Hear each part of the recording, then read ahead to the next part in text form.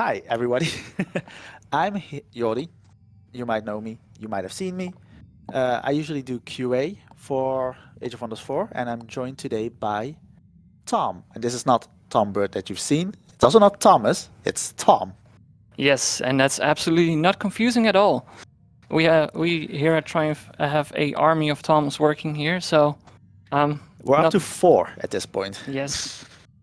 But yeah, I'm Tom, as you already mentioned. I am a programmer at Triumph. I am mainly responsible for the diplomacy systems, and that's something that we're going to show off today as well. Yes, you've written a very interesting dev diary, and we're going to show off how it all works in game. Now, we have a special fun idea here, because when we start a new game, there is this realm, the Ruins of Vossen. It's a Fallen Kingdom realm. Now, in this kingdom, there was a king. He has passed away, and now his 3 sons are fighting over who is the right heir. So, what we're going to do is, because this is all about diplomacy, we're going to try and see if we can broker a peace between the 3 brothers. Yes, and that's not going to be easy. So we're taking the Ruins of Vossen, and we're gonna lower the player count to 4. That means it's us and the 3 brothers. So Yeah. no one can interfere with our goals. Your journey starts here. We're just gonna create a new faction. Gonna keep it easy. We're gonna do humans, Yeah. feudal, just typical, straightforward. Keep the spotlight on the diplomacy. Yeah, exactly. What defines their society? We get to the society traits. Mm-hmm. And the thing with society traits is some of these have an alignment effect. Yes. And the alignment effect is gonna be very apparent in the early game as well. When we are meeting other players, when we're meeting free cities, having a good alignment start basically means that we might already get a head start on our relations, where being evil actually does the opposite. Yeah. So basically, whether you want to do diplomacy already kind of starts in faction creation. Yeah.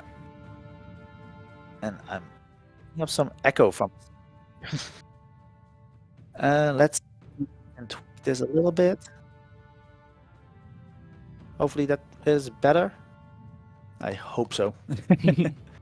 So yeah, alignment already influences diplomacy. So your choices start here. Now, what is going to be the effect if we pick Devotees of Good, which starts us off with a higher good alignment?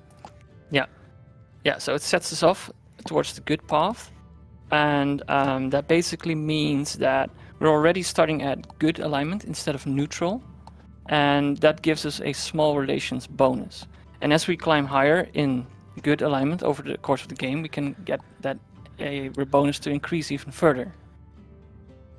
So yeah, picking Devotees of Good, that is a good start for our alignment.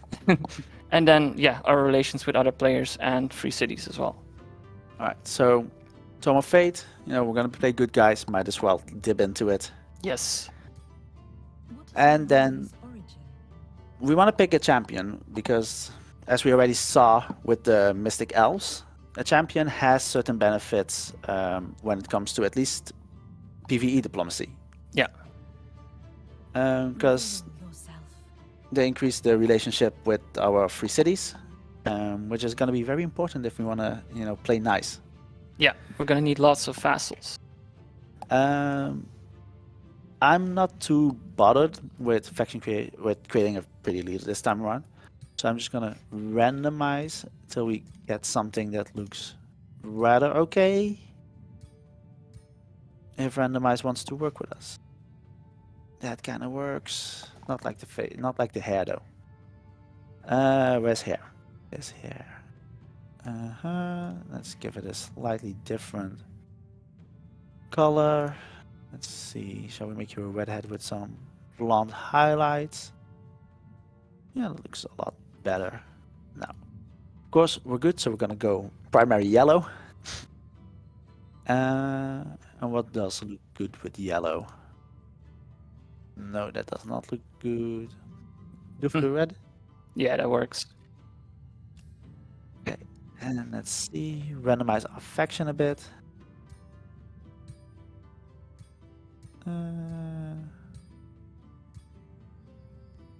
This seems sufficient. Now, the main question is, what is our loadout gonna be? Sword and shield, great sword, bow, spirit staff, or spirit orb. Tricky. I think that a spirit staff might be nice. Alright, and we're gonna go with the spirit staff, stick with the magical a bit. And it does start us off with a horse as well. Your journey Yeah. begins. Do you want to be a king or an emperor? Well, we're kind of a diplomat, right? So, custom. Yes. Diplomat, does that work? Yes, of course it does. Sets us off in the right mood. Alright, now let's start the game.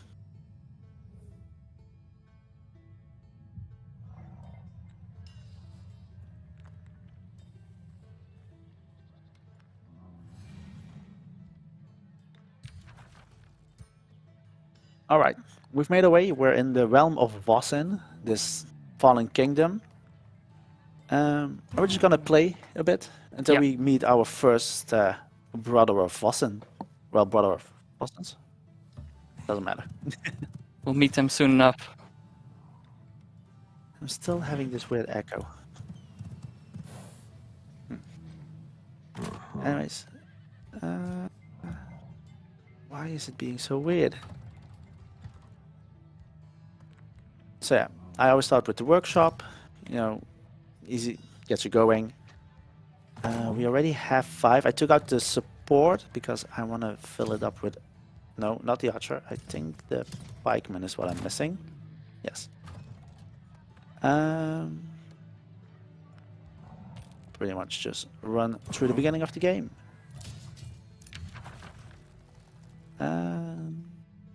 Now we have some interesting options.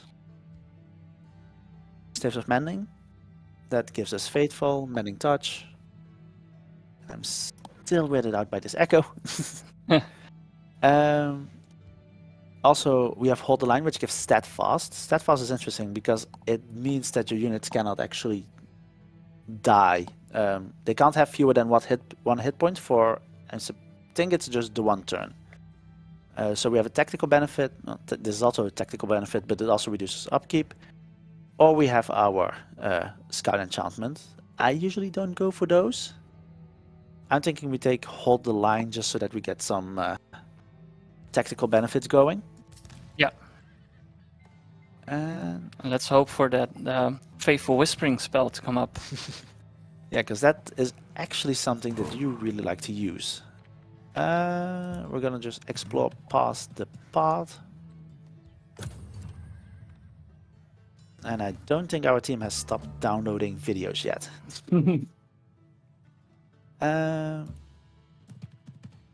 So we continue. Is there anybody on there? No, that's a small one. And I think this is gonna be a bit of a dead end. Oh no. Yeah, there's an Ancient Wonder there. Might be interesting in the future. Yeah, it's the Secret Temple. It's silver. And we're definitely not equipped for this one yet. No, no. Let's see. You're just doing your thing. All right.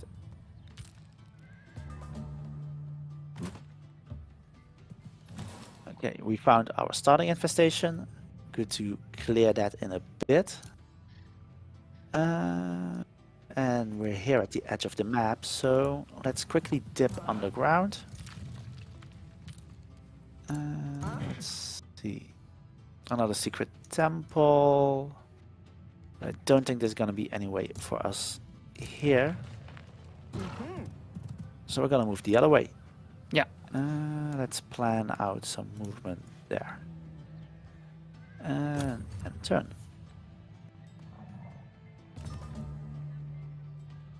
Right, there's our pikeman. Oh, nice. You...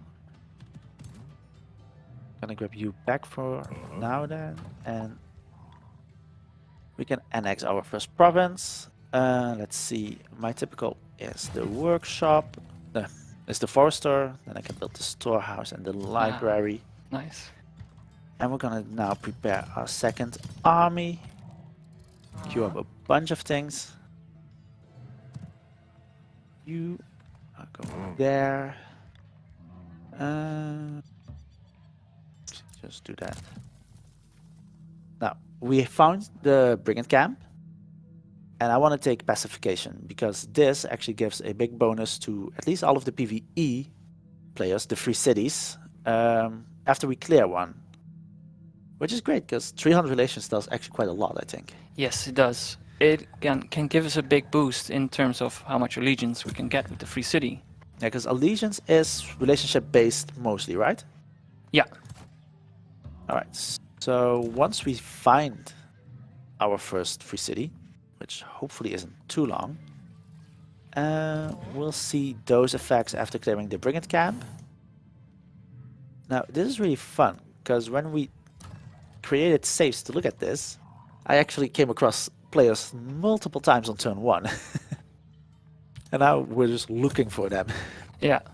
But it's a regular map size this time around. Yeah, I was testing some things with close. True. We're just gonna auto combat this. That's an easy win. That's all you need sometimes. And I don't think I actually ended up picking Pacification. No, I did. So yeah, we already have new traits or new skills available. We have the Whispering Stone. But we haven't even used our first one yet, so I don't think there's any benefit in taking that. We do have Fruitful Integration available as well. But that's only really interesting once we start expanding our borders with new cities. So let's see where these brothers are hiding. We're already at the top of the map. Well, maybe this wasn't the bottom then. We've done that. It does mean that we're in a pretty defensive corner of the map as well, should anything bad happen. Yeah, because these brothers, as we know, are all at war with each other.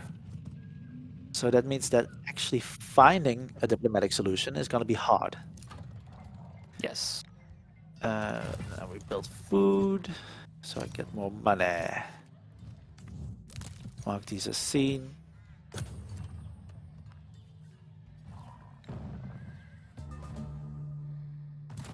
And then we're gonna at least take on the Brigand Camp.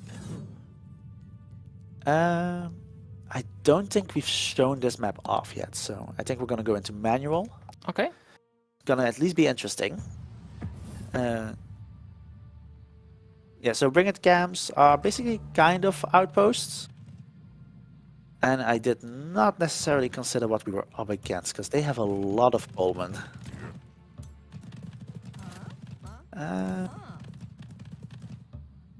Luckily, our leader is actually a magical unit this time. Which also means I can relatively keep him behind, because his attack is actually a single action point. So he can move the full distance without it actually meaning that it can attack last. Now the Bannerman is really interesting because it has a defensive ability and a heal ability. So we're gonna use Bulwark Standard, which is gonna give us additional defense and additional resistance. If it wants to actually select. And it lasts for a nice 3 turns. Nice.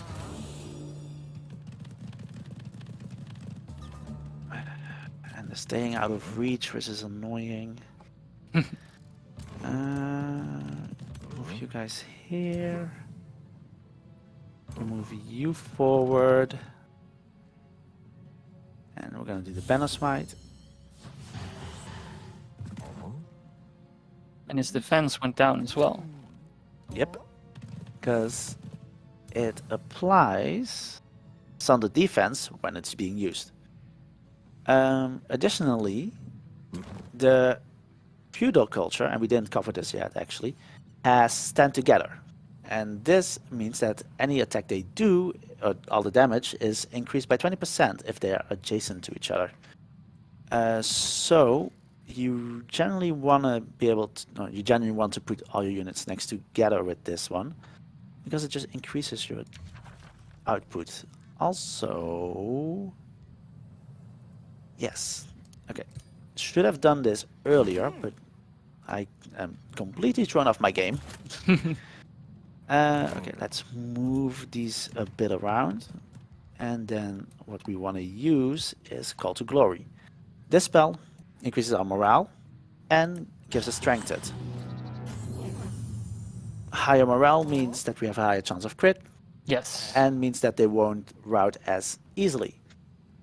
And of course, once strengthened, increases damage by 10%. And let's see. So we will want to work down their unit numbers as well. Yeah, I'm trying to avoid most of the direct damage.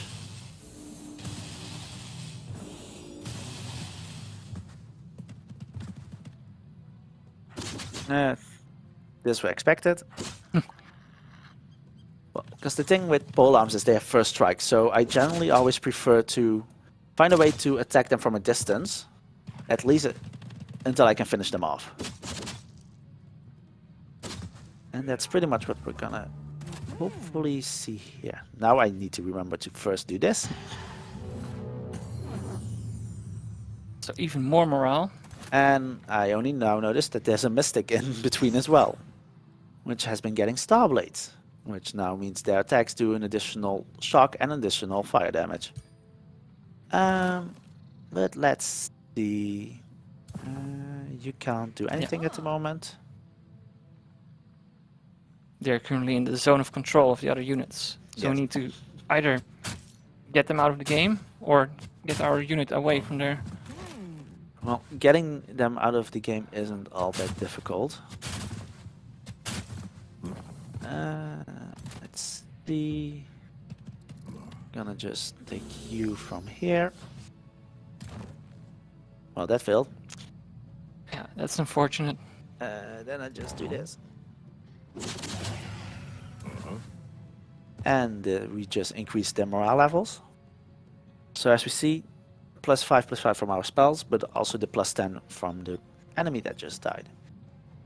And now we can do some damage there. And if I had known beforehand that that was going to be possible, I would have switched up the order a bit.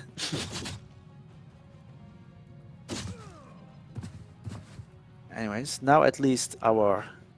What are they? Arcanists? The Arcanists will at least have to move before they will be able to actually attack us. Yeah.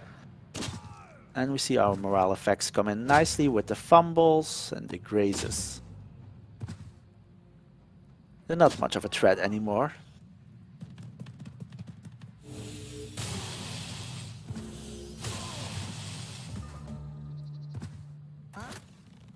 Let's see. That's an easy one to take out. Oh yes. Critical hits are really I don't know really what effective here. I don't know what the art department has been doing, but those effects are a lot more impactful now. Jesus. Okay, they are getting obscured, which doesn't help a lot, but hey. Can at least try. Yeah, I'm thinking... Ooh, we lucked out there. Yeah, it doesn't really matter if I heal or not, because it's all temporary help now. And that was not so lucky. So we'll just stab him to death.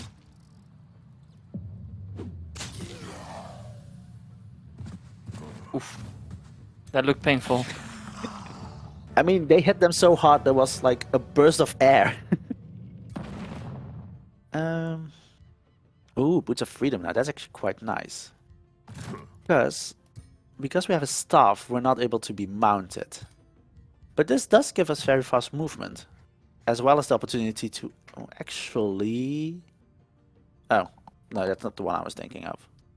Still, ignores the effects of terrain, which is interesting at least. 25% move points is interesting. So these are the Feudal Lord skills. This is part of what the Feudal culture has. Mm-hmm. And each of these can only be picked once across all of your heroes.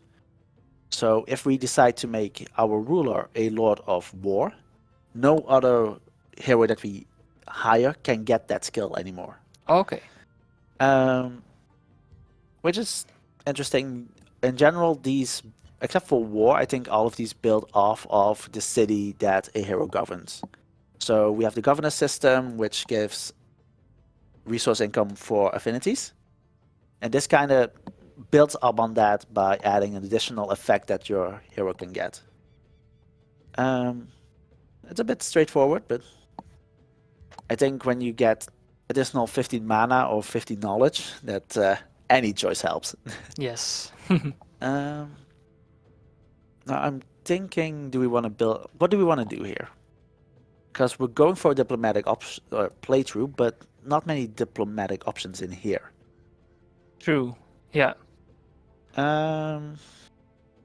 So crops is mostly food. It's about growth. Knowledge is our research, so that could be beneficial. Mm-hmm. Magic for mana, production, or we do war, which is increased health regeneration. No, it's... Yeah. We regain 5 hit points, and we regain a quarter of our move points. So we would be able to move further after combats. Right. Yeah, in this case, we're looking for a kind of diplomatic option. So that means that we're probably going to need a lot of gold to pay off the other people that we're going to encounter. And maybe try and prevent wars from happening. Right, so So we're we going to might- be bribing them, so... We might focus on our city at least growing faster so we can get more income. Well, then a lot of crops it is. Yes. And then hopefully we meet another free city soon. So we can show some stuff off.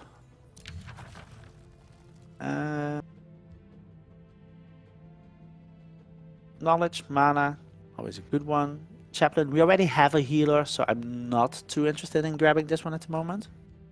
So we're gonna go with the convent, because our city stability is also currently at stable. And that is Yes. partly because of our Ascended Champion giving us a plus 20 boost. So we can build a new structure here. We cannot yet build our next pop, so I'm just going to use this opportunity to produce merchandise for a turn. And then next turn when we can annex, then we can also see what boost we're going to go for. Yes. Let's first go with you. There's another ancient wonder there. One of we might even be able to take. And Ooh. They are pretty strong, but they're also guarding something very valuable. well, I mean, oh no, that's not the, that's a silver tongue. This is the rainbow clover. Yes. Bless you. Yeah. No, that's interesting, because indeed, the rainbow clover gives us an even more relation bonus for all of our free cities and rulers, actually, so that might be worth it. But they're currently being guarded by a Chaos Eater, 2 Gremlins, and a Troll. Also, we definitely don't have the space nearby to build a city. Did I see borders here? I see borders here. We're literally Uh-oh. one step away from a new player. Okay, let's see what our next province gonna be. So it's still gonna be at least 2 turns before our city tier upgrade is boosted. But we have some options. We can do the Arcane Institute. For this, we just need a quarry. For this one, we need 2 quarries, which we don't have, so we can't boost it. A single quarry for the Clergy Commons. 2 foresters, which we can achieve. 2 farms, which we can achieve. And 2 farms, which we can also achieve. So there's a bunch of things that we can actually get boosted. It just depends on what we prefer. Now, you did say we're going to need a lot of gold for bribing. We do, yes. So that sounds to me like we're going to grab another farm so we can build the market. Sweet. And then end turn, and let's figure out which brother is bordering us. It's Alright. Jonas. No, that's not Jonas. I'm looking at my own name. Yes. It's Jarlan Vos. And what's going on here? Yes. So we see he is a Imperial Warlord on the right. That does mean he might be having a tendency for wars. Okay, that's not a great start. Yeah. But we also saw that their relation with us wasn't too bad actually at this point. Let's see. Oh, it's only -25. Yes. So technically here we can send a welcoming gift. Yeah. And that's gonna push us at least into the positive relations. Now, there's a lot of things that we can do here, but this is specifically the first meet screen, right? Yes. So when we greet them, we have a couple of options. So we can send them the welcoming gift. That's increasing our relations. We can give a threatening welcome, which actually decreases the relation. Or we can skip all of that and immediately start negotiating. Yes. And we can also see where we met the player. Now, in this case, we were in control, so we know where this was. Yeah, we've seen their empire. So here we see a nice overview of the world map. Well, slightly overview of the world map. But we can see here our scout saw their borders, so that's fine. Now, like I said, we're gonna have to play nice. We're gonna give them some gold, and we're gonna see if they respond well to that. And they definitely are open to it. So now our relation has moved into indifferent. And let's see what actually influences us, all of our relations. So we share an affinity with them. We're both focusing on at least a degree of order, which is actually giving us a rather nice bonus. But we've also just met, so they're a bit suspicious. They're uneasy, and overall they do have a opposed alignment to ours. Yeah. Now, most of these things we can not do much about, right? These are things because of our choices in the front end. This is how we're being viewed, and this is how our interactions are going to go. Yeah. Now, obviously, alignment can change throughout the game because we have events and we have a bunch of other things that allow us to increase or decrease, well, make us good or make us evil, basically. So over time, we might actually get closer to their alignment, or they might get closer to ours, which would remove that relation modifier. As we see, just met kind of goes away after a little while anyways. Yeah. So the only thing that we could really do anything about is the threat level. Correct. And then in the long term, we also have their personality that we can actually work into. Right. So let's start off with the simple or the direct thing that we can inspect, which is the threat level, which is uneasy. Now, they are feeling uneasy, but they're feeling uneasy because they are currently fighting too many wars. And interestingly enough, we can see another ruler already. Yes. So we've probably seen one of their armies wandering about as well. At least close by, because I do indeed notice the second shield up here. Okay, but this is actually great, because now we can inspect who they are at war with and currently what their relation is. So if I move here, we can see that their relation between Jarlan and Kogan is at least at -325. So we don't quite know why, but we do know that these two don't like each other. Yeah. Now, we knew that going in, because we're going to try and make peace. But if we would meet a random player, this could actually inform how we want to approach them. Yes, exactly. Diplomacy has a lot of important choices, especially later on, once you decide to get a defensive pact or an alliance. Because when you do, you might be getting drawn into their wars actually as well. Alright, so we know this is an Imperial Warlord. I'm going to ignore that for a second, because if I close this, we have another first meet that is going to pop up. And that actually explains what I was seeing. Alright. Now, their relation with us is a lot worse. We can also see that that's probably because there's some degree of opposing affinities going to be present. And of course, again, it's their their alignment. Yeah. We're still going to try and play nice. We have the gold, so we're going to give them a gift. And let's see. I didn't actually check where we met. That would have been a good one to do. Now, we saw that Yalan, Skogan's brother, was an Imperial warlord. Yes. Skogan is a strategist warlord. Strategist warlord? Yes, a strategist warlord. So we see there's a difference and we see there's an overlap here. Correct. Yeah. What are these elements of the personality? Yes, so we have the strategist part, which is more informative of their personal likes and dislikes, their preferences. Yeah, I would say it's these preferences, right? Yeah. So we can see that the strategist, at least in this instance, likes empires that really do a lot of summons, that have defeated other empires, but they dislike empires that trade their grievances or that have a stronger research. That's the first bit then. Yeah. And then we have the warlord bit, which they both share, and that basically informs how they act on the strategic map or within diplomacy, for example. Right. So that influence a lot of their things, like how they will build their cities, how they do their research. They also get story events just like we do, and that also informs their choices in those things. Okay, so here we see their strategy. We see 4 elements here. Driven by war. Like we said, they're very war happy. Which means that they're actually much more likely to act on minor grievances.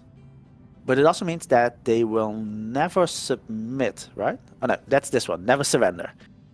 So normally when you're beating the AI into a pulp, As you do.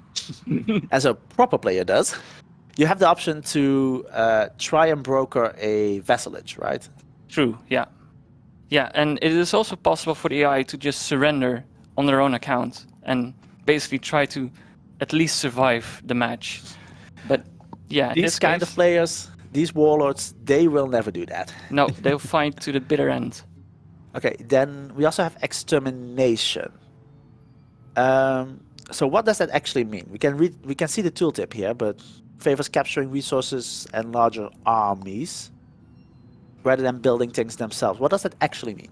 Yes, so the first 2 things that we looked at are more diplomatic, and these are more strategic, and that basically affects the armies they have running around. So certain AIs will, for example, favor, if they have a choice to make, like, should I go for that Ancient Wonder or should I maybe go for that pickup and clear out some Marauders? In this case, they'll favor going for the Marauders. They'll favor having a bigger army rather than building a good economy. Right, and expansion is mostly making better cities instead of making more cities. It's the classic tall versus wide a bit. Yes, though in this case, they'll actually rather expand their empire with more cities.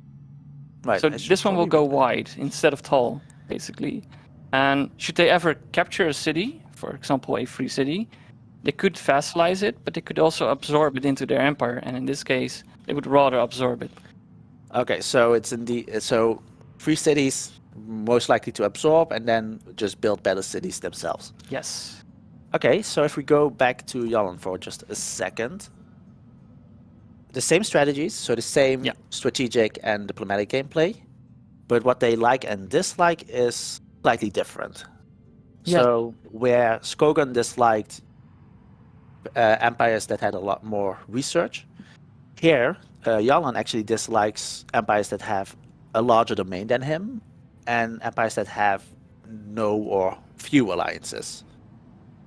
So these are kind of the actions that we can interact with and determine if we want a ruler to like us more or like us less. Yeah, exactly. And something that's a funny difference between these 2 players is that this one actually likes if you trade your grievances, while the other one hates it. So doing one thing for one player is actually a negative for another player. Yeah. Problematic. Now, okay, Yalan, he likes us relatively plenty. Skogan is going to be a problem. So what can we do at this point and try to improve our relations? Yeah, we have basically 2 options at this point already. We could basically just start bribing them with gold, which is always something that works. Who doesn't like a good amount of gold? I mean, they're asking for almost half and we would only increase it with 50. Yeah, they're That's a hard bargain. yes. So I'm definitely not liking that prospect. Yeah, but there's another alternative for this, and that's a little bit more on the longer term, but it is less expensive, All right. and that's a pronouncement. Right. Pronouncements. We had these in Planetfall as well. Yes. So what are our options here? We can make a declaration of friendship, rivalry, or we can fabricate grievances. Now, considering we're trying to be friends, I assume you want us to go with the declaration of friendship. Yes, it is less expensive, though it does add some gold cost every turn. So you have to keep that in mind with your economy.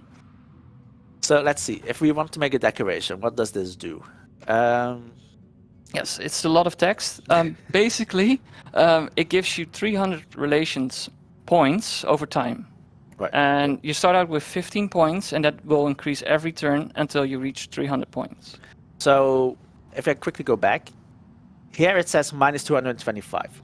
Yes. If I start this, that number will eventually hit 300. Given there's no other. It will be a modifier that's along these other listed modifiers, basically. Right. So it would be until the. It probably ends up some in active modifiers, and Yes. then if it says plus 300, that's when it caps out. Yes, but there's a Right. way of increasing it even further.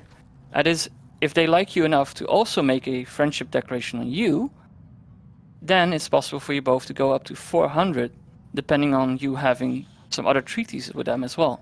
Right. So a declaration of friendship is basically an intention. Like we Yes. intend to be friends with you. Yeah, exactly. Well, 10 upkeep a turn. I can afford that at the moment. We're gonna go with it, and we're gonna see what happens. Hopefully, it leads to fruitful interactions. So, and this explains why. Skogan is already very much at war with his brother. Yeah, he's very much acting on the warlord part. Let's see. Yeah, as we can see, the province is already being pillaged. As is probably this one. So, that's slightly problematic if we want to be friends with both. Also, slightly problematic is that we're kind of closed in. Because if I zoom out to the world map, here is Yarlan, or Harrington, which is currently being raised and taken over by Skogan. And we are over here. So I'm assuming there's going to be more players over here. And I think we're just going to have to go down here. And also, there is more path here. What did I miss? Oh no, it ends in water. I was not blind, it ends in water. Alright. We're just going to end the turn. And then we're going to have to figure out what we're going to end up doing. And things did not sound like they were going well. No, I see some provinces in ruins there. Oh, I know what that sound effect was. There is a siege active. So, let's see. Is that the... No, that's the hero. That has to be the hero, right? Loate Malmar. Yeah, that doesn't sound like any of the Voss family members. Alright, so they already have a hero with which they're starting a siege. It's turn 11. That's not gonna be great. I don't want to trespass, but I'm also thinking they're too busy to notice me. So why not? We did just give them a declaration of friendship, although that was, of That course, was the the other other one. Voss brother. Yeah. I mean, let's be real. It doesn't look like this Voss brother is gonna survive. Well, at least this city he might very well lose soon. Anyways, this is actually an interesting thing because trespassing gives the opponent a grievance, but it also is an evil act. Evil acts will influence our alignment, right? Yes, it does. Now, I do have to say, SQA, it doesn't say how much of an evil act this is, Yes, I feel there's a case coming my way. if I remember. No, so, but basically, at least trespassing is gonna give Yarlan a minor grievance. The question is, does it do that once or does it do it for every turn I'm in his domain? Every turn. So we better make sure that we get out soon. Yeah, so if we want to do this and get through it, that's not gonna be worth it. So we continue to play nice. We'll grab at least basic seafaring so we can get into the water and go around. And let's see tributaries. Yeah, we don't have any vessels yet, so that's fine. And none of these are all too interesting. Okay, so I'm just gonna take this one to do that in Agent Wonder for a second. And we're gonna move you over the mountains. Is that worth it? That might be worth it. That takes a lot of turns. 3 turns. I can get here in 3 turns. I'm going there. In this case, screw the mountains. Yes, though we do have to take into account that they have a claim on that sector as well, on that province. Oh. Okay, we'll get to that in a minute. Yeah, we can do something about that. Let's see. I can annex a new province. I think we're gonna go with the mine just so we can get some more gold. Because we're gonna need it. And we already went through this. So let's see how this siege continues. Oh. They actually, I think they got scared. They lifted. That's interesting. Alright, we have a quest on our hands. So we have some corrupt souls to deal with, which seem to be relatively nearby. I think this is our border. And let's see, we gain race relations and some mystery bonuses. And otherwise we're gonna have to give up some knowledge. Yeah, and stability in our cities as well. No, we give up the stability, but we gain the knowledge. And we gain 77 years of bad luck as well, so... I had not read the quest text. 70 years of bad luck. That's like breaking 11 mirrors, isn't it? Sure, we'll just take the corrupted soul quest. You move. We have 30 of turns to get there, so that's fine. Wow. Not just to get there, to beat them. To beat them as well, yes. Okay, so Slither's Den. And now we get indeed claims. So I think this is a direct claim, is it? Because it's pretty much adjacent to their provinces. Yes, and otherwise it will also say so next to their name.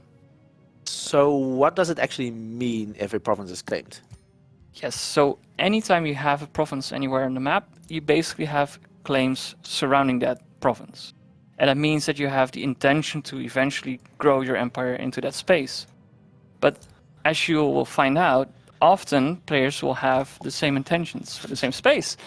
And in this case, they are directly adjacent to it as well. So they have a pretty strong claim on that province. Yeah, because let's see. Here we actually have the distant claim, but here we don't. So what is how far is a distant claim? It's up to 3 provinces away. Up to 3 provinces. So yeah. Let's count. Because that doesn't seem quite. The mountains also count. 3. Yes. And I'm clicking this.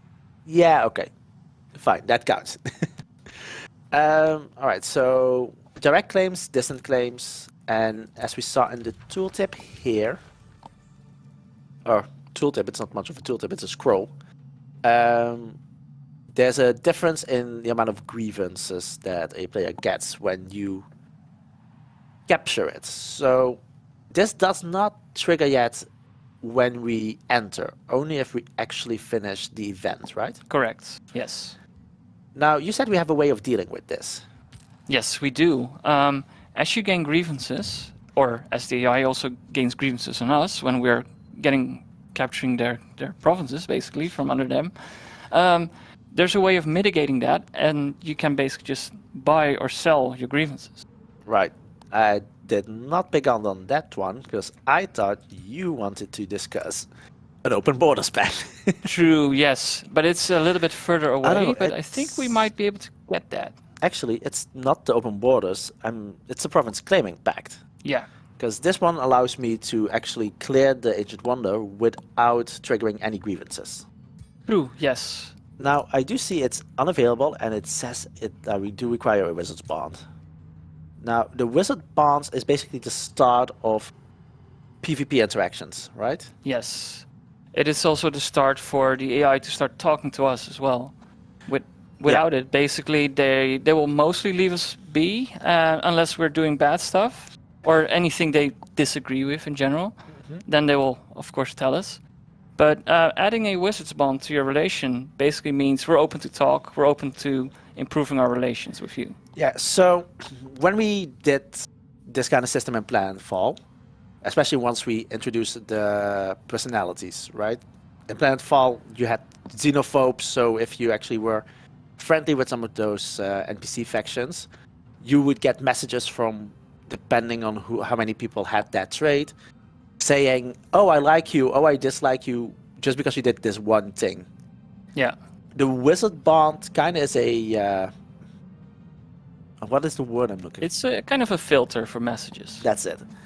So basically, until you really started this Wizard Bond, you're not really going to see the effects of your interactions. Well, in unless this they're regard. bad, basically. So Yeah, and you do still get the ones that are like, oh, I don't like what you're doing, I'm going to declare war on you. yes, that's very important. Now, Jarlan is in trouble. He's interested in gold. So even for this simple act, he does require gold.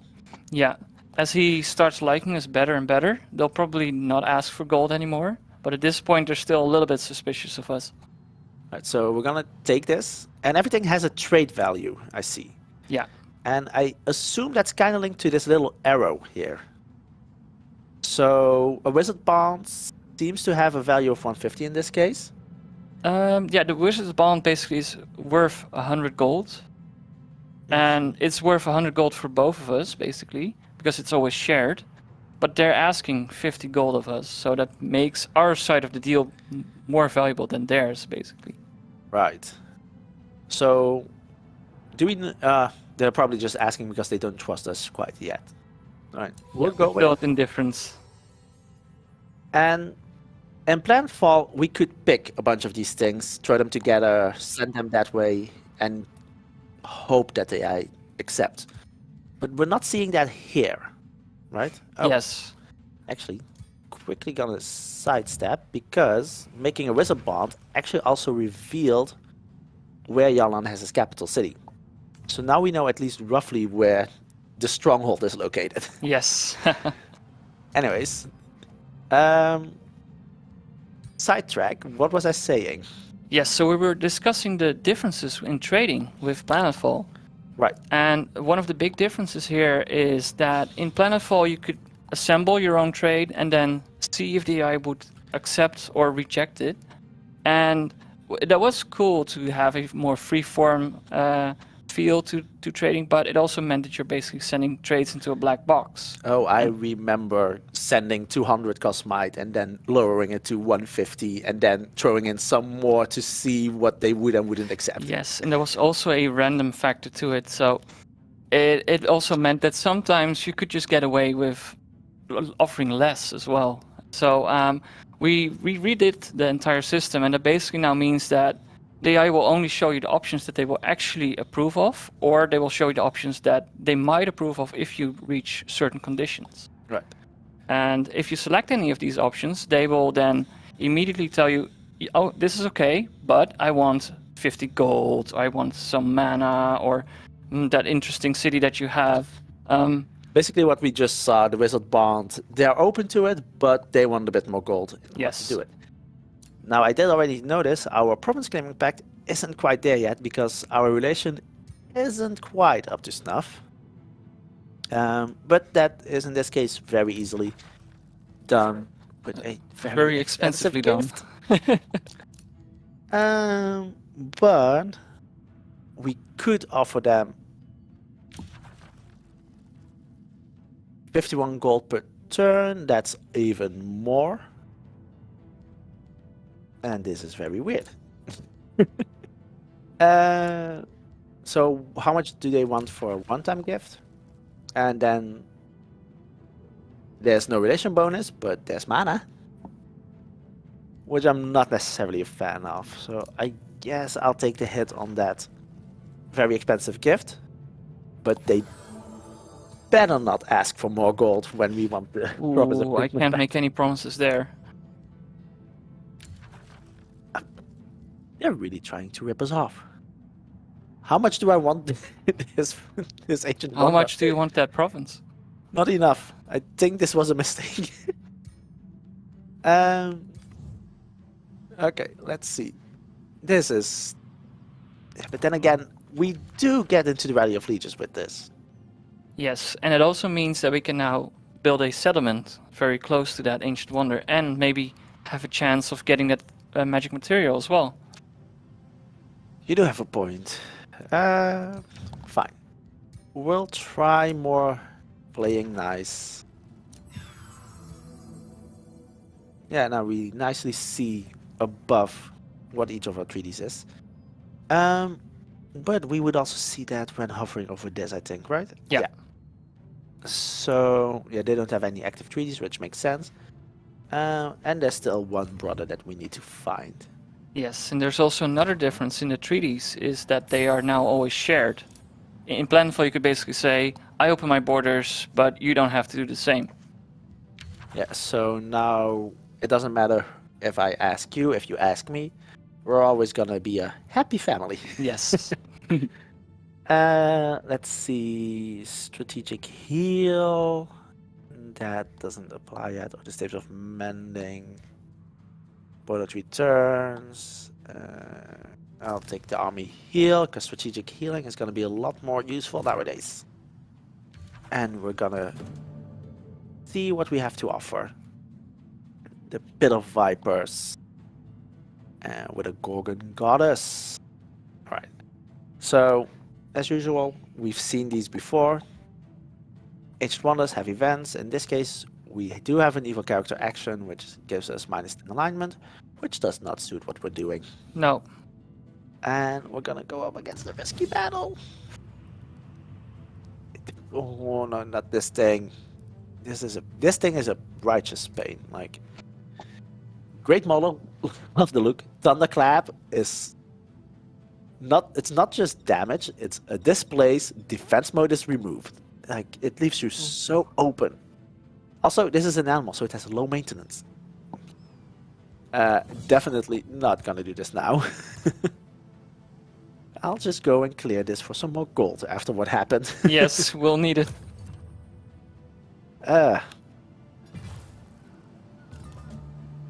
Alright. This is easy. I would have been so mad if that hadn't been an easy thing. Alright. Ring of the Vicious Killer. And you go into the water, please. Sweet. And then we're just gonna try and loop around. And I'm still kind of curious why Skogan decided to ditch the siege. But I do not have any intention of currently finding out. I'm also thinking building an outpost in any of these provinces is not smart, because the only thing you can really build in them are huts. Now, if we had Aldic adaptation, that would have been a lot less painful. Yeah, so now we're actually just looking for either terraforming or a better place. Yeah, our scout hopefully can find some better suited terrain. City ruins. Okay, they're really going at it. I don't know what I wanted to look for. Theatre unit. We might be very much underprepared for this. Okay, so this was indeed the hero that was, or the hero that was doing the siege. Oh boy, let's see. More combat casting, simple armor. Anyways, this is interesting because they must have just taken a city and completely pillaged it or razed it. Yeah, there's a good chance was belonged to the other ruler, Yarlan. Jarlan. It has to be. It's his kind of domain. Let's see. Yeah, we might have made the right choice in going for the other brother. Well, yeah, that's the long-term plan. At least, yeah, if it works out. Let's see. We're gonna deal with that quest in a minute. Now, I'm kind of hoping that if they move off, I'm kind of just hoping that we can rebuild it.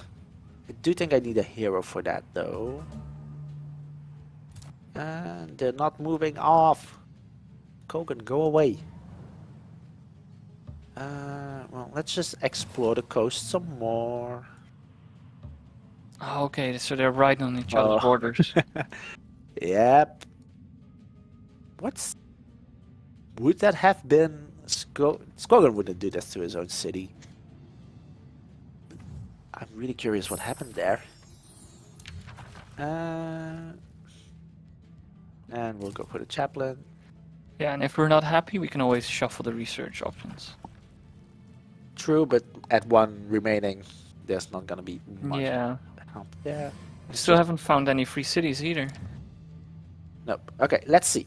We have a diplomatic message. And basically our relation is currently improving because we have a treaty with them that in the past few turns we haven't actually broken. Yes, and it's also related to their personality. Yes, because it's this one. They like empires that don't break treaties. Now, let's see. And it shows up here nicely, pushing our relation much higher. Though I thought we were already higher. Yes, so at the same time, they also have a dislike for empires with few alliances. Which is us as well. Right, we don't have an alliance yet, so the one and the other are offsetting each other. Yes, so basically we're neutral again. We could do. Oh, I could have done open borders and just walked right through. That would have been a much better money spend. We can still do it if we want. But yeah, so we're gonna.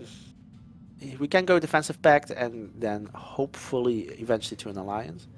How is Kogan looking at this at the It's moment? actually looking a lot better. So our declaration of friendship is already giving us a plus 90.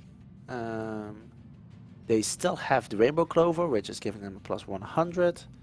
Our dislike is actually going lower.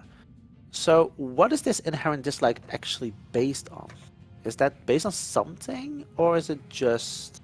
It's essentially just the leader starting out with a grudge on you. Right. For personal reasons. I want to say, because I don't think Jarlan had this. No. No, So- not all of them have it. It's random whether somebody just goes like, yeah, I just don't like you. Yeah. But Alright. we managed to mitigate that actually. By the power of gold. Right. I mean, for a ruler like Skogan, gold means a lot. Yes. Let's see. You're still there. Oh. See, now Skogan is doing what I wanted to do. Skogan is making this into a city of his own.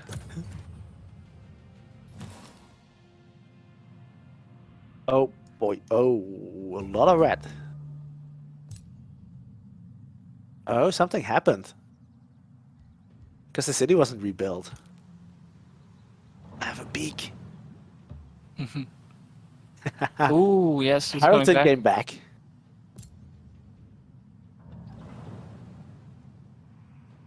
No, I don't think that's gonna work. So what is Harrington? What is Jarlan actually working with? Pretty similar to us. Tome of Zeal, because they have the Zealot. Proper heroes, 2 scouts.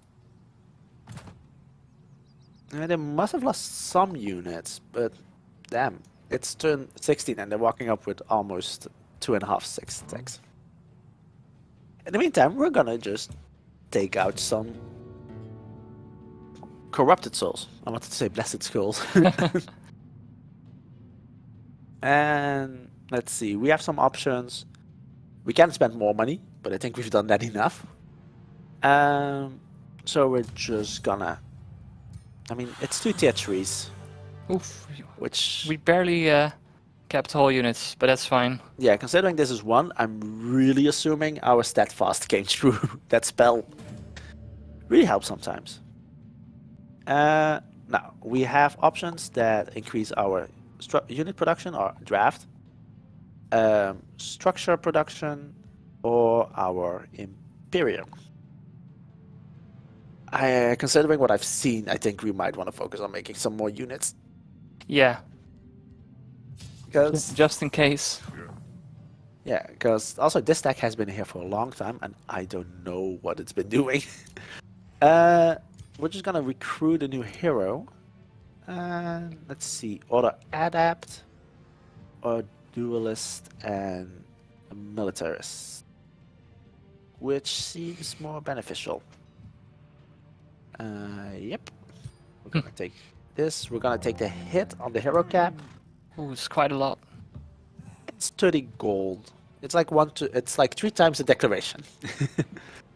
The biggest thing is we're just having a stack standing around. That is not a smart idea. We're gonna have to go out and find a new place to settle, because I think we might have kind of screwed ourselves over. Let's see. Undying Loyalty. That's a good one.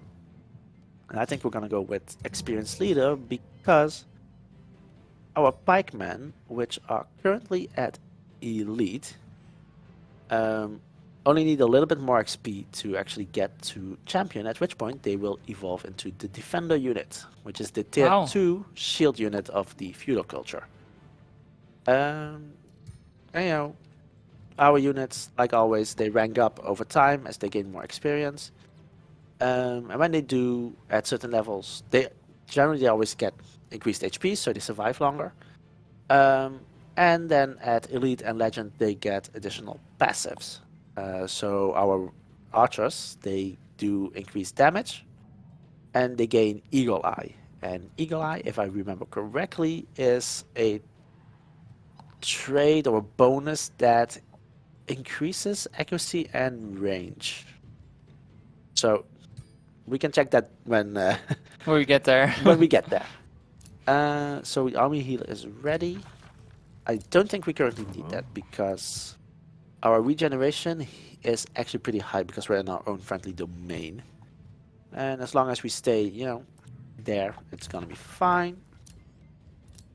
And so we just got a notification that Skogan has retreated to the void, which means that he indeed got Yes, they got wiped, but they'll be back because they're the actual ruler. yes, which means that in about 3 turns they'll show up again over here in their capital. Which more quests. Ooh. We want the head of a warg, and that's also nearby. So anything that gives us more XP. And oh no.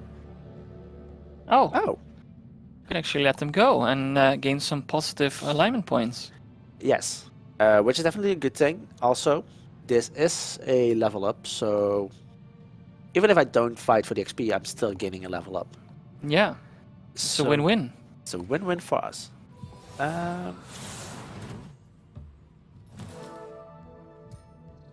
So let's go level 4. I do have 2 now of these. So let's see. We have some adept hero skills available now. Commanding Touch, Inspiring Leader, Feudal Ruler, Strength Training. I do think I want to go with Inspiring Leader just to get some of that gold back we've been spending. Now, we had, like you said, we did a good alignment act, which, as you see here, actually shows up, and this isn't what I was thinking of showing. Now I kind of wonder if we did this, if I had done this 5 turns ago, we would have seen what I wanted to see. Because as you play the game and you, for a long time, don't actually make any good or bad choices, your alignment wanes, correct? Yeah, at least if you're on the evil side. So it's sometimes hard to gain more evil points or good points, but especially getting good points is hard because you need to do good acts, and that often means also sacrificing a lot of maybe other Benefits. good choices. So when you're going evil and you don't have anything good that you can do, at least over time you're weighing back towards a more neutral good status. Right, so that means that if I'm pure good, does it bring back down to good? No. No. So Okay. keep doing good stuff, but you won't have to worry about not doing good stuff in a while. Well, see, I didn't know that. I thought in both cases you would wane back down to neutral. Okay, we picked up some production pickups, production in general, and we can instantly complete some of our structures. Now we have some options. We can get more mana. We can increase our production in general. We can increase our knowledge income. We could do the tavern for another 20 city stability. That would put us at definitely into orderly, which then in general increases production, draft, and food income. That would be good. And it finishes instantly, so why not? And we also researched the convent, didn't we? Yes, we researched the convent, which it's a tome structure, so it doesn't actually get boosted. So let's queue up this, and in 4 turns, for each city stability level above unstable, which in this case would be 1, 2, 3. 3 levels above, so plus 15 knowledge, plus 15 mana. That's nice. And I do not have enough gold to make more units. But I still have a province to annex. I think I'm gonna take this. Oh wait, I was thinking of doing the 2 quarries needed for the blacksmith actually. Just so we could get units done faster. Is that worth it? Not really. Yeah, that's stupid. Notifications back. Okay, so let's see. Another province being pillaged. This city is not being rebuilt. So we could swoop in with our hero. And that's what I'm gonna double check now. Still there. Do we think the AI is gonna notice I'm swooping in to steal their city? It'll be fine. Okay, let's see. Just scoping out the coast. And we have our next tome available. We're playing good. What do we want? So we've all seen these before. Yeah. Could do Zeal. Does Zeal have any Circle of Zealotry? It does increase city stability, which would be nice actually. Inspiring Chant is plus 10 morale at least. And enchanted units gain Zeal for extra spirit damage. And otherwise we can increase our city for less. Oh, that actually reminds me, we didn't see the Whispering. No, Spell we yet. managed to dodge it the whole time. Are we gonna go Tome of Zeal? Yeah, that sounds fine. And sometimes if you want the relation bonus, you can also base it on the affinities of the other players. Is a gift unto your Right. But in this case, you already knew that one of them had order. veins, they become Yeah. mightier, I more valiant. completely and They totally wash off their wounds and thought feel of that. clean, shielded by the holy knowledge that they are in the right. Those who reject your gift shall know condemnation, and it shall wither their very souls. Thank you, Sola. I'm gonna go with the Legion of Zeal, mostly just for the extra damage. And the ruler has returned to their city. Let's see. So we definitely have enough No, no, Uh-oh. really? Oh! Just temporarily regrouping. Well, time to talk with AJ. Anyways, we are gonna spend the next 4 turns rebuilding the city. And then we at least have a second city up. Those are the wargs. That's increased morale for themselves. Don't care about that really. I just want more units. Which I wasn't building. Well, there we go. 2 defenders, and our pikemen have evolved into the defenders. Nice, Yeah. strong, heavy shields, so they ignore flanking attacks. Shield defense, which is typical, and indeed still stand together. Also, lots of defense. Yes, we're gonna need it. Let's see. Can I not? I can't quite retreat. And they're standing on a food pickup as well. They're the marauders. Yep.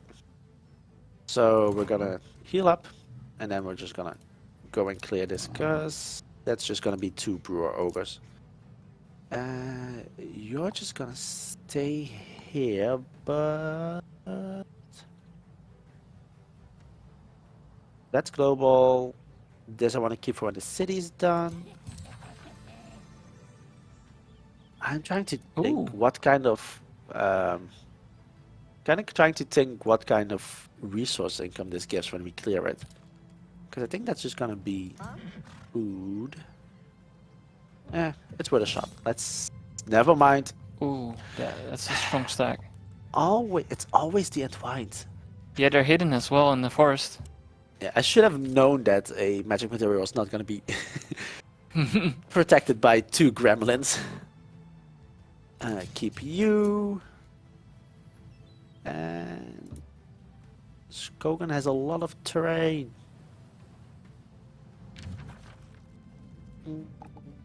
And we still have the 3rd brother to meet. Yeah, I'm gonna go here. No, you're not gonna be hidden here. You're gonna be like all the way in here, probably. You're not governor of any city yet, so I'm not gonna make a call on what I want you to do. I'm just gonna give you more defense so we can get to the adept skills.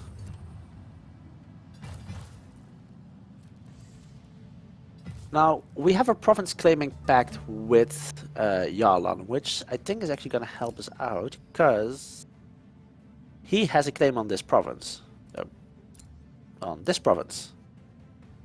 Actually, we all do. So, this means that if we all have a claim, does this mean that they still get a relation hit if we claim it, or? They do, unless we get a pact with them to ignore it. So, even though I also have a claim, Yeah. it is worth to acknowledge and try and get a... I have not enough gold. Too expensive treaty. Everybody wants gold. Yes, they have a good amount of army units running around, so they need a lot of gold to keep them them there. up. Yeah. Yeah, I do see they have some interesting weapons. The lightning sword, the barbed shield. They're not gonna be cheap. Well, we can check.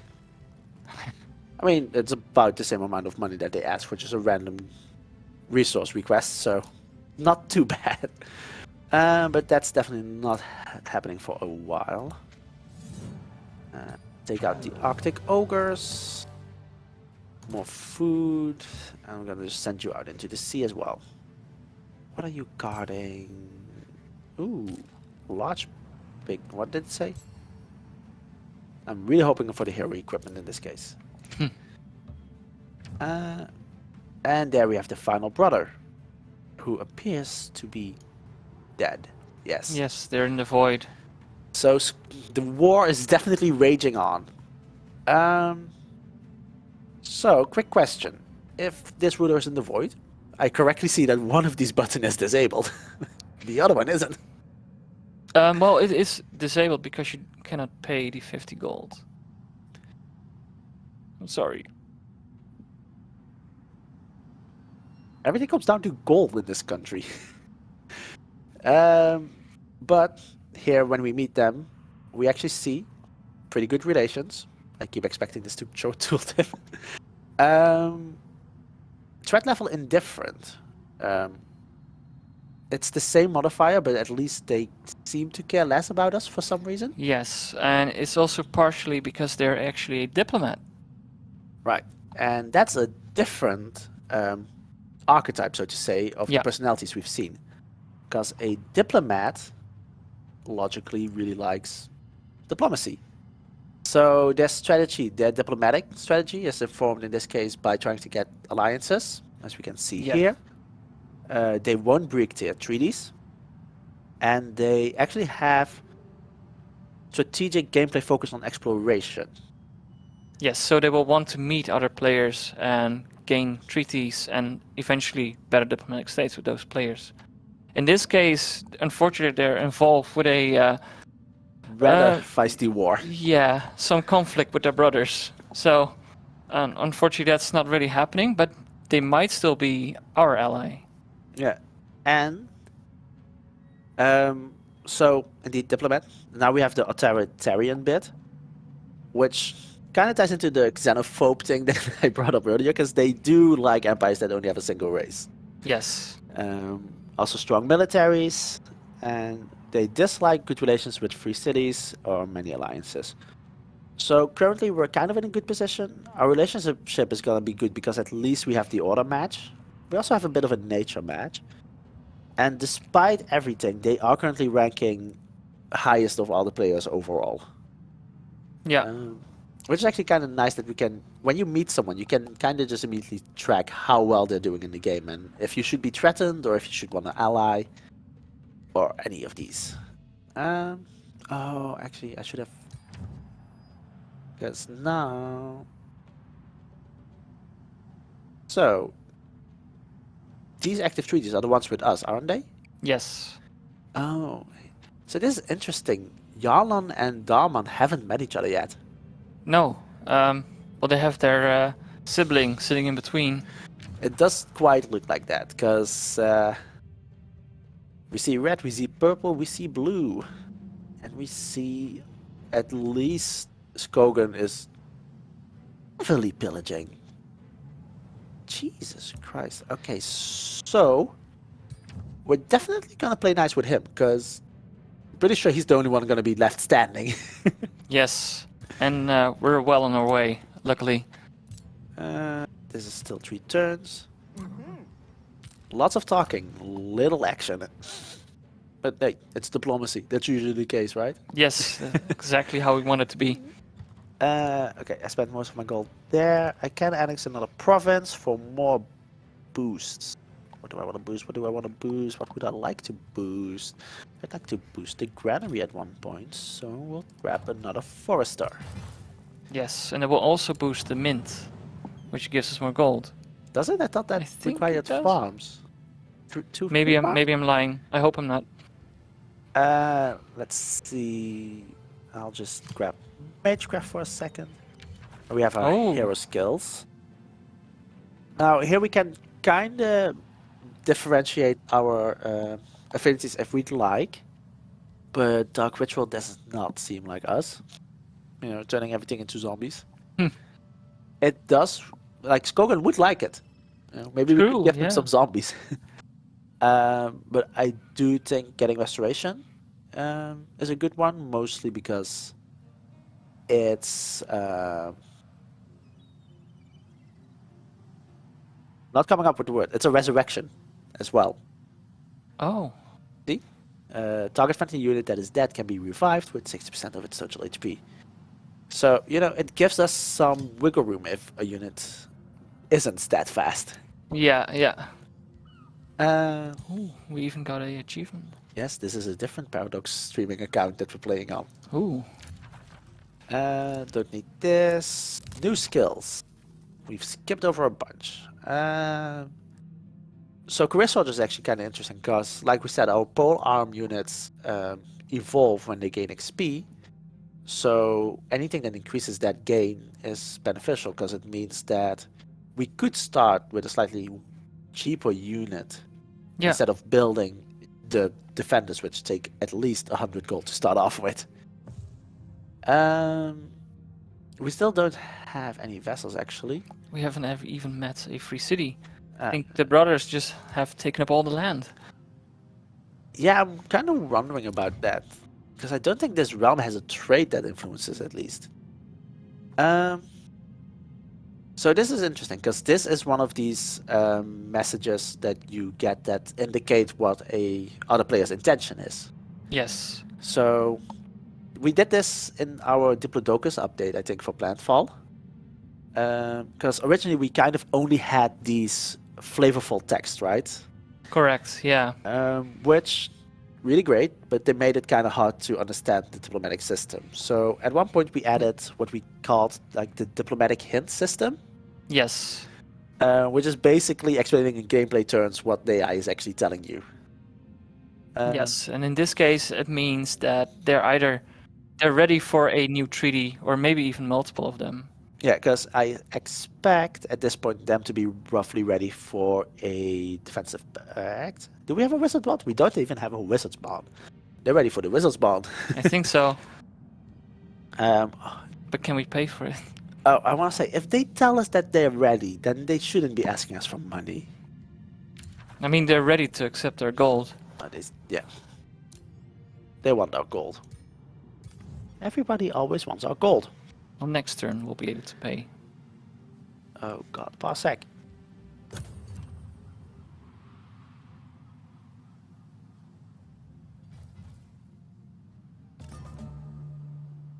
Got another. Ah, Oh. right. This is interesting, and this is actually from the other Tom, and not Tom Bird, this is from Thomas. So, we're playing on a realm that has a presence trait. Presence trait means that there's a ruler or multiple rulers present on the realm that have specific conditions. When you've met, or when you meet them, or in this case met all of the rulers from that presence trait, it basically enables a quest. In this case, it's a quest to defeat or form an alliance with each of the brothers. When doing so, it triggers a victory condition. Yeah. Now, in this case, we've edited the map to only be us plus the 3 brothers. But if you have other players, that means that allying specifically these 3 ends the game without having the need of military victory over the other players or an allied victory with everybody else. That was a lot in one sentence. So yeah, this is what they call a unique pension quest. So we have this one. You have, for example, the one for Arctica on the Frozen Realm, or one on Obadot, which is an infernal realm filled with demons. And there's a lot more that we've added since I think we first showed those traits off in the influencer streams. But now we have a nice little thing to track our progress, I guess. Yes. Now, for us, it doesn't really matter because, like I said, technically this would basically be, I guess, a military victory through allied victory. But you know, they're interesting. Yes. So even in a normal game, outside of these special traits that you can put on your random map, it means that even if you ally all the players there, you also win. Yes, and that's not all players, that's all remaining players. All remaining, yes. So if you form an alliance with 2 or 3 rulers and, you know, you squish the opposition, then you all win. Yes, exactly. Now we're going into Dire Penguins, and it's not gonna be too interesting, but I know people have been asking for some naval combat. So it's Dire Penguins, they're classic. I do think we're gonna show it off for just a minute. Yes. If only for the dire penguins. It's already worth it. These are confused Dire Penguins. Why do you be on boats? They shouldn't be on boats. Why are they on boats? Why are they on boats? Oh boy, okay. Well, okay, now we have penguins on boats. Might actually be even worse, because now they know how to make a boat. Yes, we're doomed. Oh boy, okay. Well, it doesn't matter. Because these boats are magical boats. All of the boats. Let's see.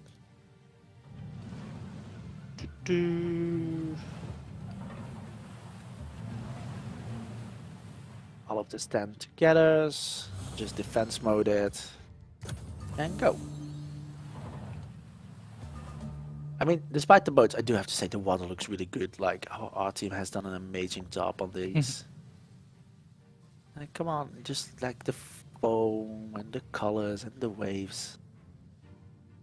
It just looks really good. Really, you're still out of range. I think Tom Bird did a good job on making sure the AI doesn't just sacrifice the units. Yeah, so Not all the time. I spotted Tom Bird talking with some of the people on the Something Awful forums. And they were talking about, so the AI, tactical AI has this thing which is basically, they were talking about the evaluation of how to decide when and when not to move and stuff.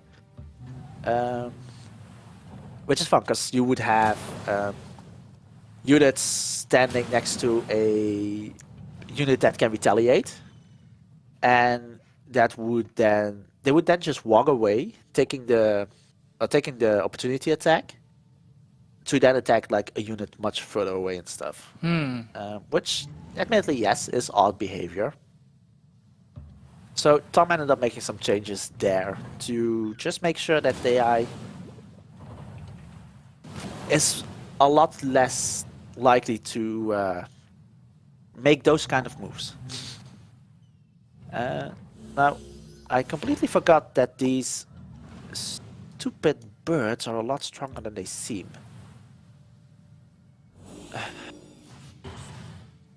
Wait, how did that bird get healed? Why do the dire penguins have lifesteal? This is painful.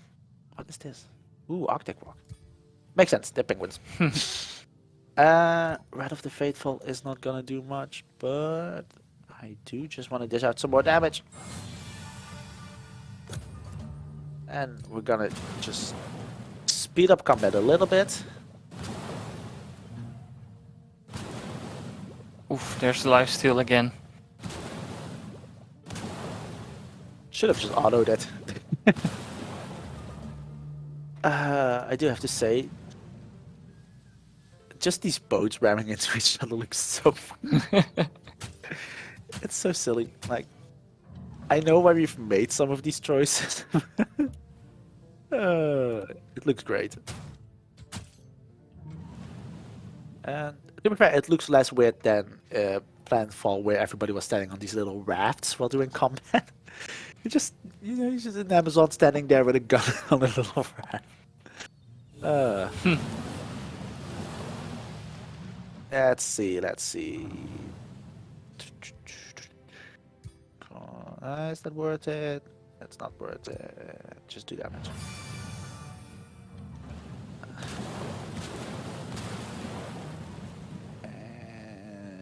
Yeah. Ooh. And they even got affected with the blind. Yeah, which, let me see, does that affect? Physical range. Yeah, okay. That's the thing. That doesn't matter for these penguins. But they won't do retaliation attacks at least. Would they? I know. I really need to learn to read these things when I'm doing these streams.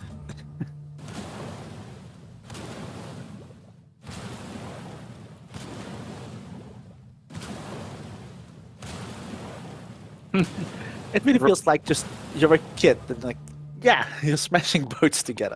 That was so dumb to do on stream. Oh boy. Okay, well, let's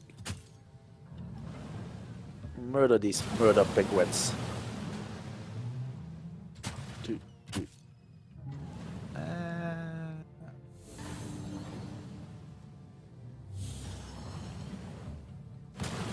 Yes. No more penguins. Now this better be a good reward. I hope so. gold, knowledge, and production. Well, not what I was hoping for, but it suffices. Let's see. Okay, I have. Oh, actually, you know what I can do? I need my hero for a minute. Damn it, I do. That's everything I have equipped now. That's not worth selling. Hmm. Damn you! Okay, just go on to land and scout. 2 more turns. Not worth it. Worth it. Certainly not worth it. So let's just send you out to explore. And there's the Faithful Whispers finally.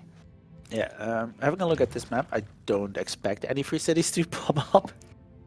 Yeah, they're probably all the way in the corner, or maybe in the undergrounds. But That could be. we also got a diplomatic notification. Right. Ooh. A trade proposal. Yeah, watch this. It's gonna be one of the ones that is dying. Yeah, please help us. Let's see. What am I thinking? You see, 3 farms. Ah, you were right. Yeah. Blacksmith. 2. How about nothing? How about we just make another unit? So, Inspiring Chant, Faithful Whispers, or we do a shuffle. Yeah, this Faithful Whispers definitely isn't worth it right now. Sell it. I'm not a fan of summons. I do think we'll take Condemnation just to play off of Zeal. Let's see. Now, what can we still We build? might want to hang on to a little bit of gold and see what the, The trade offer proposal is. is. Yeah. Oh, No gold required. yes. Just patience. Alright. That does mean we won't be able to make another pact until... It takes 200 relation points. So, Yeah, that was not the part I was worried about. Yeah. we did want to have the province claims. Alright, in case that... for when we finish that city. Yeah. True. Actually, I'm gonna make a big... AI is not gonna like this, but I do kind of want to show off grievances a bit. So... I actually am gonna break this province claim. Never done this before. Is there always a grievance for when you break a treaty? Yes. Well, this is a one-way transaction. Yes. All right, let's break it. All right, now we can see war, justification, and grievances Yes, they have a minor grievance on us, 6 points. for breaking a treaty. Yeah. Which we paid dearly for, but that's alright. But yeah, that gives us another option in this screen, settle grievances. New options, Yes. which currently doesn't do a lot. Yes. It's quite expensive as well. But basically, this is where when we or the AI or other players have grievances, can actually negotiate letting those things go. Right? Yes. Yes, there is a limit to how much they will want to get rid of. And then there are also certain personalities which block it entirely. Right. So 'cause, keep that in mind. let's see. More regeneration is always nice. Now this right does cost population, but summons basically a little army, but we only have 1 city.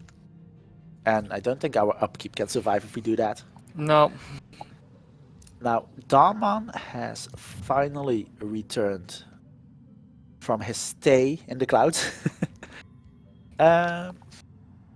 Let's see. So, what does this requirement actually mean? Yes. Normally there's a number, but in this case it means they will not accept this contact information if they already met half the players on the map. Right. So we've both met. Well, I've met everybody. They have met too. So sadly, it's impossible. Now we at least are able to make a wizard bond with this diplomat without spending any cash. Yes. I also want to see. They're open to open borders. Yes, because they're a diplomat, they will want to have more treaties. So. All the Grab- treaties. Yes, let's just grab everything we can.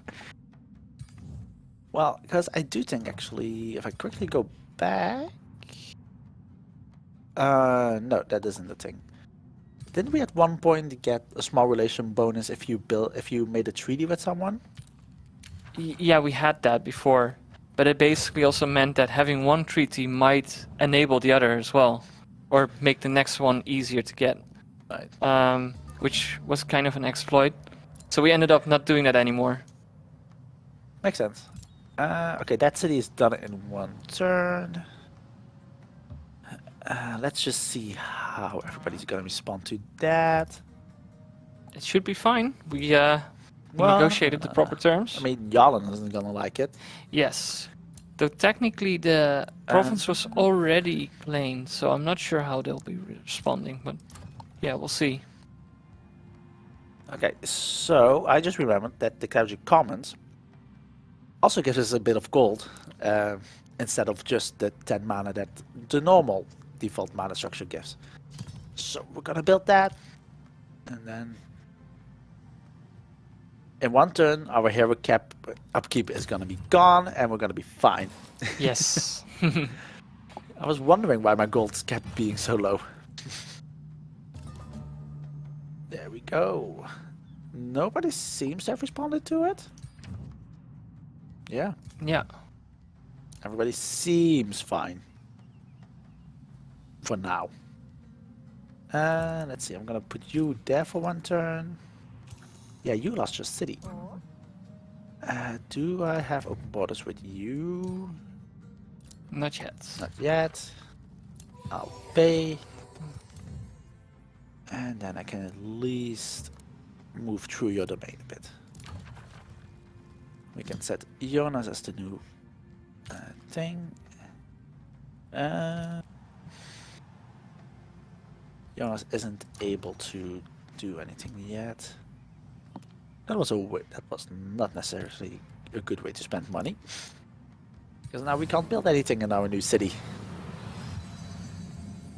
Can at least get us some extra gold for the next turn. Wait, I didn't want to do anything with you anyways.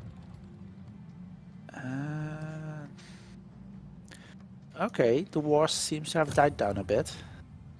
Probably because, you know, we're walking around. Well, We do influence. something is happening there. Oh boy. Yeah, it does definitely look like Skogan is currently being pressured. Yes, Jarlan is out for revenge. But maybe on the wrong person because we ended up with their city, but Hey, I gave them 2 turns to grab that city. They did not do anything with it. So let's see, you're back up. Grab the food. And wow, that's a lot. was that a strong one I want? Curious.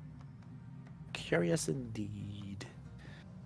Let's think, because usually I do the mana, but in cases where I can actually annex a new on turn 1, do this for a workshop boost, and I'll grab that for more gold.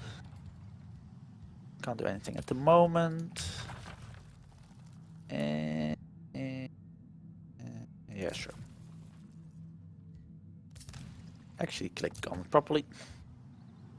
And Actually, you come back here. I want that rainbow clover.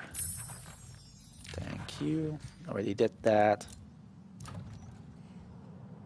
You have nothing interesting to build. I'll just set you to produce merchandise for 2 turns. Oh, we've met our first free city. It's about time. Loate Malmar. Interesting, because that's the same ruler as the hero that Skogan was walking around with.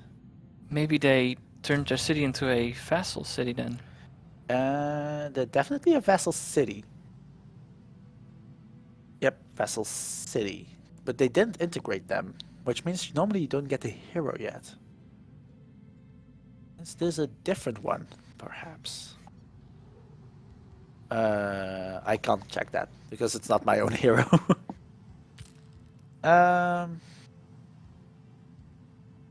So actually, we have a diplomacy overview that we completely haven't touched yet. That as well, yeah. So normally this is where we go to see our free cities, but this is also like we can click the shields, but you can also go here to inspect your relation with the different players. And this also allows you to see a lot of the information without having to go into the full diplomacy screen. Yeah, because here we can at least see our relation with them, and if we open it, we can see their affinities, I wanted to say our treaties. This doesn't show our treaties. Yeah, it's still visible if you hover over the shield, I think. Yeah, it's the right. It's a bit odd. Learning new things every time. But yeah, it's a quick overview of everything that diplomacy has to. Well, a quick overview of the information normally in the diplomacy screen. And it's also where we can access more information on our rankings, because here we can check out how everybody is doing militarily, in expansion, in magic, and if it gets there. Wait, that's overall. I think this is supposed to be score. What is economy ranking? The economy is really your cities and your income. The overall ranking is what we also use for the score victory. This is interesting. Oh well, I think in all of them we're pretty much. Oh no, we're not dead last. Somehow Skogan had a strong start, but he's tapering off. Yeah, he might have chewed off more than he could actually. Chew. Bit off more than he could chew. Yeah, That's the right one. I mean, he is wedged in between the other 2 players. Ooh. Now, people have been curious about this unit. Well, they've been curious about the Skald, and it's very fun to actually see it up close like this. Because, you know, they want a Jester hat, so it has a Jester hat. Cool unit. So this is interesting, and this less your thing, but these crises and these boons. Because there are quests that are aligned with our affinities. Yeah. In this case, this is fed by our order affinity, which generally opposes chaos. So here we have, as we are holy diplomats, the assignment to take care of these infernal fiends. If we do that, that gives us an order boon, which increases our city stability in all of our cities for a limited amount of time. Yeah. Similarly, if we reject it, well, okay, we can reject it and nothing happens, or we can try and get this unit, but doing so will give us another crisis, which then decreases our city stability in all of our cities. Yeah. Also costs us a lot of mana if we were to do this, but I'm pretty sure.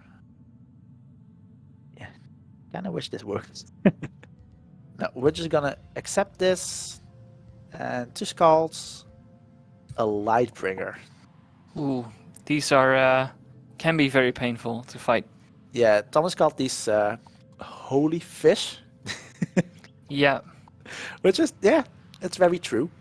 The biggest thing they have is this convert, which mind control effects are always risky to deal with, because suddenly you go from having 6 units to 5 units. On the other side, the Skald is actually surprisingly in the same vein, because it's Song of Revelry. Oh no, it doesn't anymore. Okay, so this used to have a effect where it would actually cause your unit to go berserk, Ooh. which is both positive and negative, because as it's berserk, it ignores all of the casualty mechanics, so it does full damage even if it's a single model. But of course, it's completely unchecked. Yeah. But it does still have on its attack Insanity, which is fun because that just means that it's the unit that if it goes insane, it just attacks any random unit within the range. Hope that you're not too close, otherwise you're still gonna get attacked yourself when you want them to attack their allies. Right, so they can even attack your own units. Yeah, so any unit within the range, and ideally that is indeed an enemy unit, so you use it on like the back line. I've definitely made the mistake of using this on a Warbreed and then not calculating how far that thing would be moving, because then you get shock damage for so much. It is interesting because the Lightbringer is actually a Celestial unit, so I'm wondering what happened here that it's included. But yeah, we can... Where is this? It is a bit further away from our city. But yeah, that seems fine. I want to get the Rainbow Globe. Yeah, not doing that on my own. Go to sleep. That's not needed. And more messages. Like we said, Daman likes us because we're sticking to our single race. Yeah. And Yarlan doesn't like us because of what we've done. I.e., we have broken our treaty. But this is also a warning, because he's telling us that if we continue with our behavior, he's actually going to declare war on us as well. Yes, so if we do not make any reparations for the current minus 210 relations that we have, it means they might either declare war or start breaking the treaties that we have, which is the Wizard's Bond that we still share. Yeah, so we can see here there's a grudge due to our grievances. It looks like this is about 10 for each grievance point that you have. Yes, exactly. And that's basically being almost doubled because of the passive we broke a treaty, which is then also something that they don't like about our personality. Yes, so we can look at their personality actually, and they used to have a like for players that do not break any treaties, which we just did. So they don't So like us. yes, our bonus relation points are now gone. Now, we do see also that they still feel uneasy, but now our army also poses a threat to them. So that does hopefully mean that they have less military than we do, Yes. should it come to a war. Now, after getting these messages, how long do you roughly have before, they actually break the bond or they start the war? It's usually a couple of turns, so like maybe 3 or 4 turns before they will act upon something. Right. Quickly sip some water.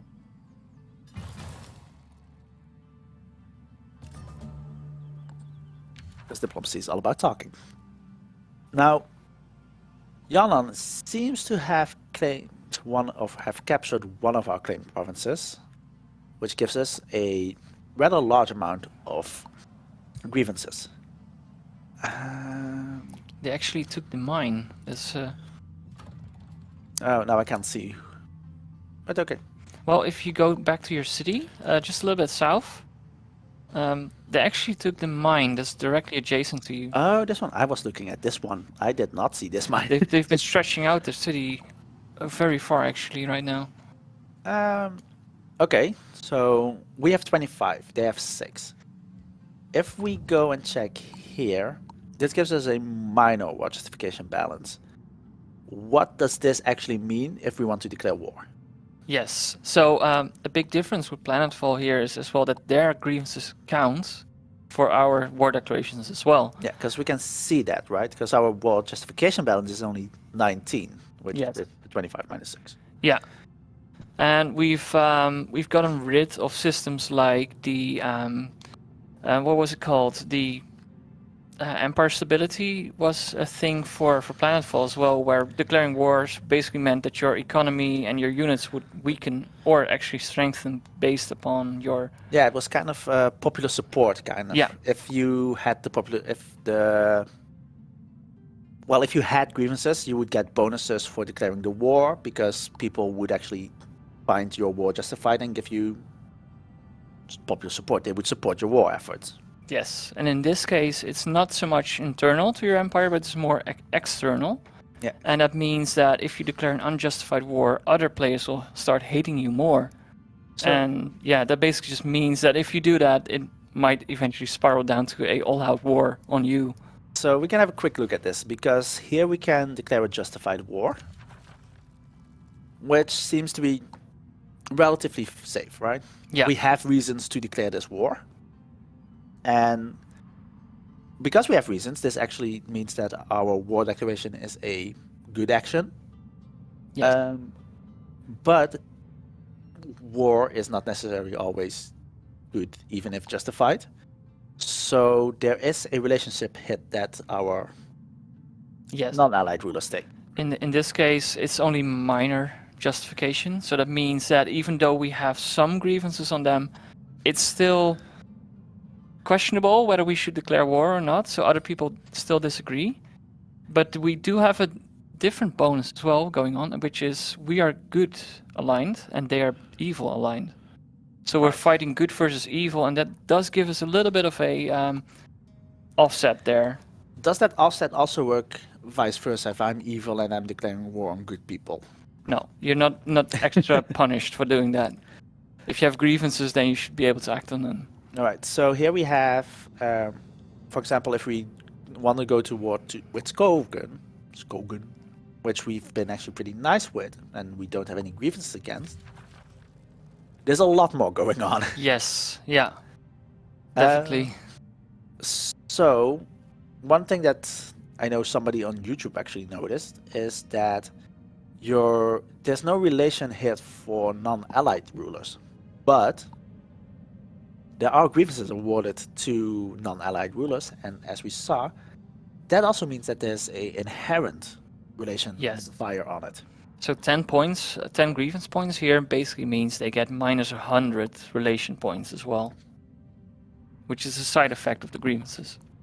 Yeah, but where the other one generally only applied to the justified war, kind of only affected our player versus player, the other rulers. This unjustified war actually affects also our vassal cities, Yes, because we see negative relations, which already has an impact on our allegiance. Also, their allegiance flat out just goes down. yes, a one-time minus 10 points hit. Oh, that's only one time. Yes, but it could mean that you don't lose your vassals, of course, but they could drop in their allegiance level, and that could mean they give you less points for your Ready of the Lieges. Maybe they give you less tribute as well. So in general, it's good to keep your vassals happy. And I think something that is going to be the most impactful thing for most players here. Declaring an unjustified war actually decreases the amount of Imperium you generate. Yes. So that means less expansion in general. Just building fewer Less cities. guilds, less Yeah. expansion. Let's see. Was there anything interesting here? Nope, because we barely have any free cities that we can use. Yeah, and we don't have any points for the Ready of the Lieges either. Nope, So- because we didn't take the Ancient Wonder and we didn't at all explore the underground. Actually, to a degree, we did. Oh, look at that. Damon is escaping into the underground. And our scout ended up here. Huh. Alright. Let's see quickly what we want to do. So we have a bunch of gold finally. And we're getting notified that we're really well off. Is there anything specifically about diplomacy that that we haven't mentioned that you want to show off? I think we did cover a great portion of it. Of course, we haven't seen our plans really come to fruition yet. Oh no, honestly I think the most interesting here has so far been just the AI going to war with each other. Yeah, they're far too distracted to bother with us at this point. I was kind of hoping for the AI to at least make a declaration of rivalry or friendship with you, but they might be spending all their gold on units. Most likely. So actually we can quickly talk about that still, because with Skogan, he started off kind of horrible with us. We gave him a declaration of friendship. Now we talked about what happens if he also gives us a declaration of friendship. Yeah. But we saw in pronouncements, there's also a... Okay, you don't see it here. Let me grab another AI. The declaration of rivalry. So what would have happened if Skogan went like, well, you might want to be friends. I have no interest in this. Yeah, that would have actually countered our friendship and basically broke off the pact, and that means we're moving in a different direction. So instead of getting the plus 300 relation points, they're actually going to work towards minus 300, which is effectively breaking up diplomacy entirely for the relation. And it also gives them a good bonus, because any grievance they get on us will be 40% stronger. So yeah, so basically if we had done this at when we decided, wait, you know, Yalan, we don't like you that much. You're losing this war. You're a weakling. We're going to declare a rivalry on you, and then broken that treaty. Instead of 6, we would have gotten... Well, in this case, if they declared a rivalry on us, then definitely it would have gotten the 40% extra, so it would have been 8. But in this case, they also they violated our sector claim. Our province there was taken. The gold mine that was rightfully ours was taken away by them, and that would have made a big difference actually. Right. Yep. Plus 25 points would have actually made a very big difference there. I would have, because you said minor war declaration. There are different stages of justified wars, right? Yes. Yes, it goes from minor to a normal, and then eventually to a fully justified war, which is when you have at least 51 points. So it is a lot, but it's definitely not impossible, especially if you declare a rivalry. Or if you fabricate grievances yourself. Yes, yeah, that's always a option if you need some points real quick, or at least within 5 turns. You just have to be willing to spend the gold and the mana on this one. Yeah. Well, I think we've shown a great deal of the diplomacy, like you said. But there's even more, and they can read all about it Yes. in your Dev Diary, which is live about now. Should be live now. Yes, it's coming out at the same time, roughly. And we'll also, of course, link to this video in the Dev Diary. And also don't forget to wishlist and... Pre-order. yes. Yes. For sure. Like, pre-orders have, I think, been doing really well. A lot of people have been very excited, and they love what we're showing. So don't forget to check out the Dev Diary, written by Tom himself. Don't forget to wishlist, pre-order, or just join the community. Join our Discord, leave messages on Steam or Reddit. We did an AMA last week. And generally, we're very active, sometimes too active. It's not great for the weekends. Anyways, thank you very much. And next time, we'll hopefully be back with a different Tom. Yes. All We right. have still plenty more toms to go, so... We're halfway done. Yes. All right. Have a good day, and see you guys later. Yes. Thank you for watching. Bye-bye.